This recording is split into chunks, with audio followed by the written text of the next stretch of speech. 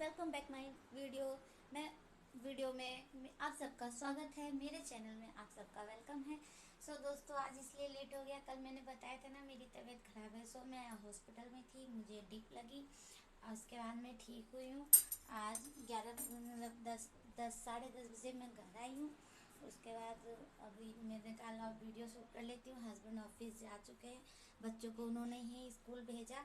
दोस्तों, आज लेट हो गया इसलिए सॉरी। तबीयत ख़राब थी। कल मैं शाम को भी लाइव नहीं आ पाई इसी कारण से, क्योंकि मेरी तबीयत नहीं ठीक थी। मैं हॉस्पिटल में थी। जब मुझे शुगर बीपी बढ़ता है तो डीप लगती है यहाँ पे। उसके बाद नसें टाइट हो रखी हैं सारी, पर लेकिन अभी मैं ठीक हूँ। तो मैंने कहा वीडियो शूट कर लूँ, मेरे व्यूअर वेट कर रहे होंगे। दोस्तों, कल मैंने आपको कहानी सुनाई थी गणेश भगवान की, वो संकट माता की। आज मैं कहानी सुनाऊंगी ज्योतिया माता की। ज्योतिया व्रत की कहानी सुनाती हूँ। तो उम्मीद करूँगी आप लोगों को अच्छी लगेगी और पसंद आएगी। यहाँ पे बैठा नहीं, खड़े नहीं बजा रहा, मैं बैठ के बनाऊँगी आज वीडियो।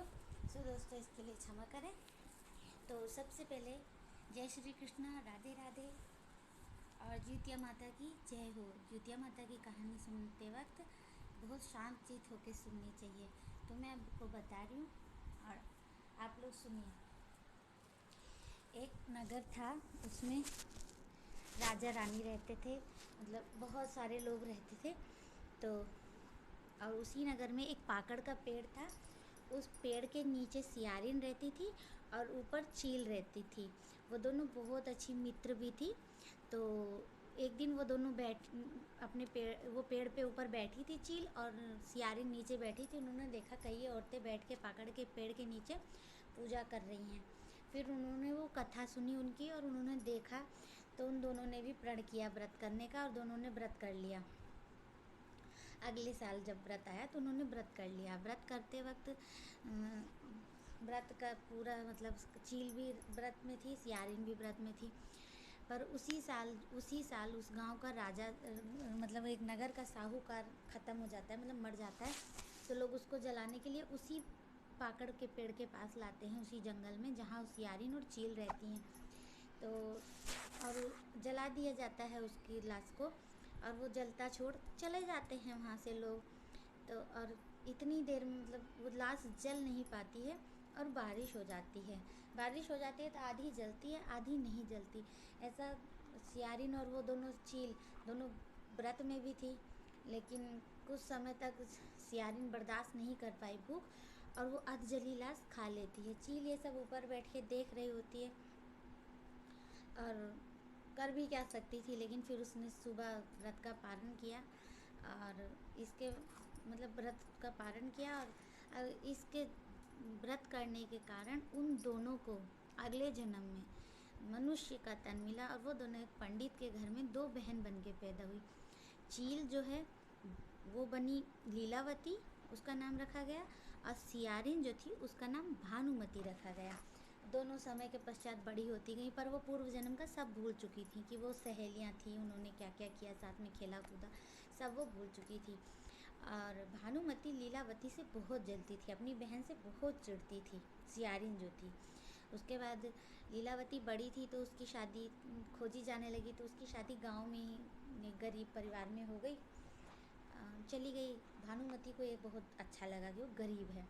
उसके बाद भानुमति की शादी उसी गांव के राजा से हो जाती है। वो बहुत इतराती है, बहुत घमंड में रहती है। उसके बाद लीलावती को जीतिया पुत्र के उसने जीतिया व्रत किया था ना, उसे 7 पुत्रों की प्राप्ति होती है। और उधर भानुमति को जितने भी पुत्र और पुत्रियां होती हैं सब स्वर्गलोक को चले जाती हैं पहले दूसरे दिन ही।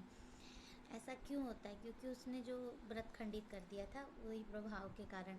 उसके बाद भानुमति ये दिन रात देख देख के कुढ़ते रहती थी। उधर लीलावती के पुत्र बड़े होते जा रहे हैं और नौकरी, भाई वो राजा का घर था तो वहीं 7 पुत्र उसके नौकरी करने लग गए। कोई साफ़ सफाई को, घुड़सवारी का, कोई रसोइया था, ऐसे करके 7 बच्चे उसके वहाँ नौकरी करने लगे राजा के घर में। भानुमति एक दिन देखती है 7 को और जल जाती है। जलन से वो जाके राजा को भड़काती है और कहती है मुझे 7 का सर चाहिए, तभी मुझे अच्छा लगेगा। राजा क्या करें, अब रानी के कहे के 7 बच्चों को मार देता है लीलावती के। उसके बाद भानुमति क्या करती है, 7 का सर सजा के अपनी बहन के यहाँ भिजवा देती है। उधर जो है सारा सातों सर वहाँ जाते हैं, धड़ के साथ भिजवा देती है जाते हैं। लेकिन जब तक लीलावती अपने बच्चों के पास आती है उनके क्या आया है महल से, तो तब तक ज्वितिया के व्रत के प्रभाव से ज्वितिया माता प्रकट होती हैं और जीवितवाहन प्रकट होती हैं और मिट्टी से उसके सातों बच्चों का सर बना के और उसमें अमृत डाल के उन सातों बच्चों को जीवित कर देते हैं। उसके बाद मतलब उसको माँ को पता नहीं चलता लीलावती को कि मेरे बच्चों को मेरी बहन ने मरवा डाला था। लेकिन और ऐसा करके वो अंतर्ध्यान हो जाते हैं जीवित वाहन। तो उधर लीलावती तो कुछ अनजान है इन सब बातों से कि मेरे घर में क्या हो रहा है, मेरी बहन मेरे साथ क्या कर रही है। लेकिन उधर भानुमति बहुत सोच में बैठी है कि कोई खबर क्यों नहीं आ रही है वहाँ से। इतनी दुष्ट थी न, देखो खबर क्यों नहीं आ रही है। लेकिन फिर नहीं कोई खबर आती तो खुद ही अपनी पालकी में आ जाती है अपनी बहन के पास। देखती है तो उसके सातों बच्चे घर पे खेल कूद रहे हैं, अपना काम धाम कर रहे हैं। ऐसा करके वो वहाँ बेहोश हो जाती है। फिर उसकी बहन उसे उठा के ले जाती है, उसे पानी वानी पिलाती है, उसे होश में लाने की कोशिश। होश में आते ही वो अपनी सारी बात का जो उसने किया था अपनी बहन के साथ सब बताती है। ऐसा सुन के और वो बहुत रोती है और बहुत माफ़ी मांगती है भानुमति लीलावती से, सियारिन चील से। फिर उसके बाद लीलावती को तो सारी बातें याद थी पर भानुमति को कुछ याद नहीं था। तो भानुमति को लेके लीलावती उसी पाकड़ के पेड़ के पास जाती है और सारी बातें उसे याद दिलाती है। सियारिन को सब याद आ जाता है, मतलब लीलावती भानुमति को जब याद दिलाती है तो उसे सब कुछ याद आ जाता है कि हम सहेलियाँ थी, हमने क्या किया था, कैसे किया था। फिर उसके बाद जो है वहीं वो सब सुन के उस स्वर्गलोक को सिधार जाती है। फिर ये खबर भानुमति की मृत्यु की खबर लीलावती भिजवाती है अपने पति से राजा के दरबार में। राजा वहाँ दौड़े दौड़े आते हैं और उसी पाकड़ के पेड़ के नीचे भानुमति का अंतिम संस्कार करते हैं। कहानी यहीं पे समाप्त हुई। तो कहानी का बताने का तात्पर्य यह है कि लीलावती ने सच्चे मन से निष्ठा से चील योनि में भी होके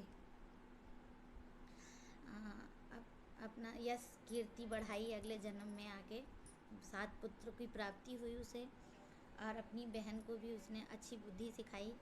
लास्ट में भानुमति को भी इस चीज़ का एहसास हुआ और वो इस सब सदमा बर्दाश्त न कर पाई और वो स्वर्गलोक को चली जाती है। तो हे जित्य वाहन, हे जित्य माता, जैसे आपने लीलावती और भानुमति को पशु तन से मनुष्य तन दिया, और कहते हैं ना जो दुष्ट प्रकृति का होता है कभी नहीं बदलता है, तो वो कभी नहीं बदलता है। पर जो सच्चा मन जिसका होता है वो चाहे जानवर हो चाहे इंसान हो वो हमेशा सच्चा ही रहता है। तो हे जित्या माता, जैसे उन चील और सियारिन को आपने जन्म दिया और लीलावती के बच्चों को जीवन दान दिया, वैसे संसार के सभी माताओं बहनों को, भाइयों के बच्चों को जीवन दान दें और सद्बुद्धि दें। इसी के साथ कहानी का समापन होता है। नमस्कार। और आपको अगर मेरी वीडियो अच्छी लगती हो तो प्लीज़ मुझे लाइक, शेयर एंड कमेंट कीजिए। अभी मैं एक और वीडियो बनाऊंगी, सिर्फ वो 2 मिनट का रहेगा, उसको भी कृपया आप ज़रूर सुनिएगा दोस्तों।